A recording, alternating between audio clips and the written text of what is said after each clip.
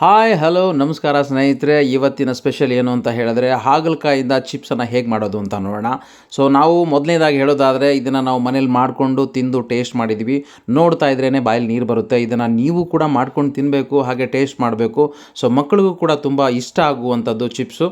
ಇದನ್ನು ಮಾಡುವ ವಿಧಾನ ಹೇಗೆ ಅಂತ ನಾನು ನಿಮ್ಗೆ ಹೇಳ್ಕೊಡ್ತೀನಿ. Welcome to RPSL family.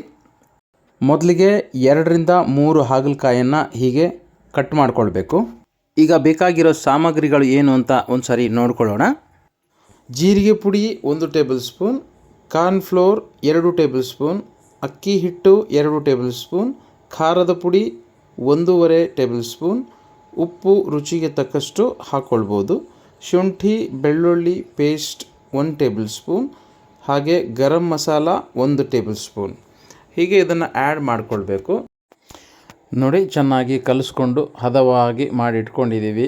ಈಗ ನೋಡಿ ಎಷ್ಟು ಒಂದು ಒಳ್ಳೆ ಕಲರಿಗೆ ಬಂದಿದೆ. ಈಗ ಬಾಣಲಿಲಿ ಎಣ್ಣೆ ಹಾಕ್ಕೊಂಡು ಇದನ್ನು ಈ ಥರ ಕರಿತಾ ಇದ್ದರೆ ಸೊ ಒಂದು ಒಳ್ಳೆ ಕಲರು ನೋಡಿ ಎಷ್ಟು ಚೆನ್ನಾಗಿ ಕಾಣಿಸ್ತಾ ಇದೆ. ಗರಿ ಗರಿಯಾಗಿ ತಿನ್ನೋಕ್ಕೆ ತುಂಬ ಚೆನ್ನಾಗಿರುತ್ತೆ.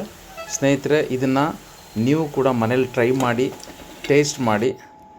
ಚೆನ್ನಾಗಿದ್ದರೆ ಶೇರ್ ಮಾಡಿ, ಲೈಕ್ ಮಾಡಿ. Thank you.